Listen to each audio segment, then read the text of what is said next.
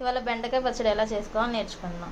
First బెండకాయలు పచ్చిమిర్చి first ఉడకబెట్టుకోవాలి పొయ్యి మీద. ఇవి చల్లారాక మిక్సీలో వేసుకొని, రోలు ఉన్నోళ్ళు రోట్లో నూరుకోండి, చాలా బాగుంటుంది. నా దగ్గర రోల్కి లేదు కాబట్టి మిక్సీలో వేసుకుంటున్నాను. మిక్సీలో వేసుకొని తర్వాత చింతపండు, ఉప్పు, ఫస్ట్ ఇవి మిక్సీ పట్టుకోవాలి.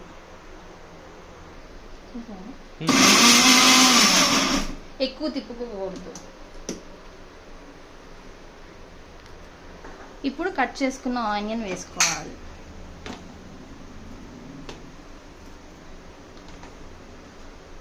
జస్ట్ రివర్స్ తిప్పుకుంటే చాలు మిక్సీలో, ఎక్కువ పేస్ట్ చేసుకోకూడదు.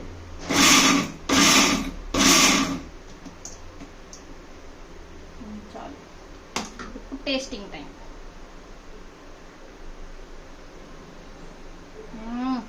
అదిరిపోయింది. అసలు ఏ కూర అవసరం లేదండి, ఇది ఇలా వేసుకొని వేడివేడి అన్నంలో నెయ్యి వేసుకొని తింటే అదిరిపోద్ది. ట్రై చేయండి. మీరు కూడా ట్రై చేశాక ఎలా ఉందో నాకు కామెంట్ చేయండి.